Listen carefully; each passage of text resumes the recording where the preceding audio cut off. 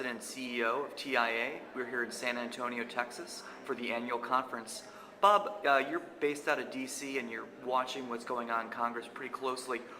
What's happening on the Hill that might be impacting brokers nationally? Well, the biggest issue is the legislation that TIA, OIDA, and the ATA have coalesced around to fight fraud in transportation.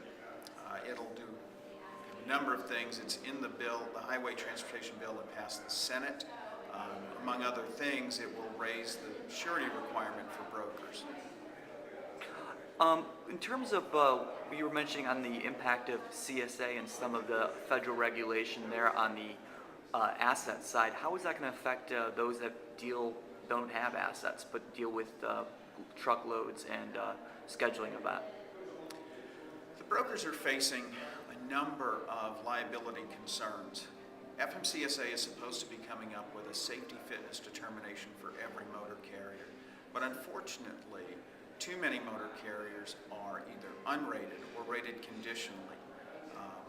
And over the past several years, brokers have been brought into liability suits where lawyers and families are seeking deeper pockets than the motor carrier liability insurance.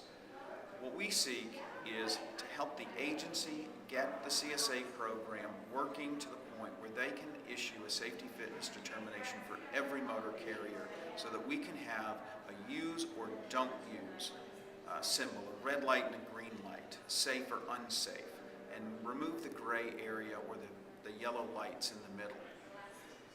Now, we've got roughly about 900 people here in San Antonio, and I imagine you've been speaking with quite a bit of people.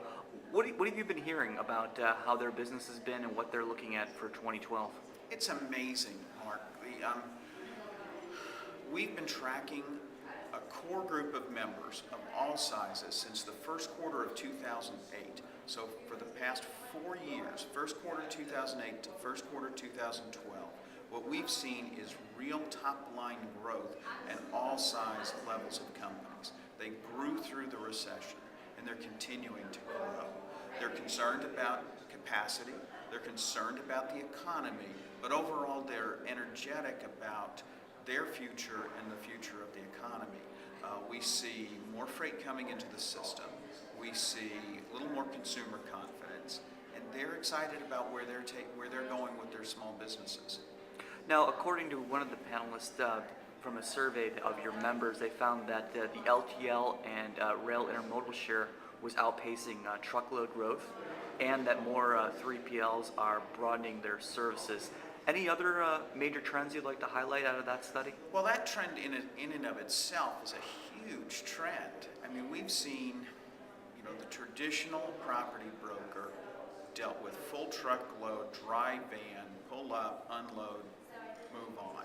And what we're seeing is a total broadening, and not just at the big companies. We're seeing this at the smaller companies as well, a broadening of 3PL services to meet the customer's needs, to find capacity, to move freight as efficiently as possible. So we're seeing a broadening, as you say, into intermodal, into LTL. We're seeing more interest in smaller 3PLs, domestic 3PLs moving into international commerce, or to partner with overseas companies bringing freight into the U.S. as we move our manufacturing centers further and further from our consumer centers. Excellent, Bob. It's been a great conference. Is there anything else you'd like to add? It has been a great conference. There's a lot of energy. There's a lot of excitement in the industry. I hope it bodes well for all of us. We're glad that Journal of Commerce is here. We're glad that things are going well, and we just hope that this continues throughout the rest of the year.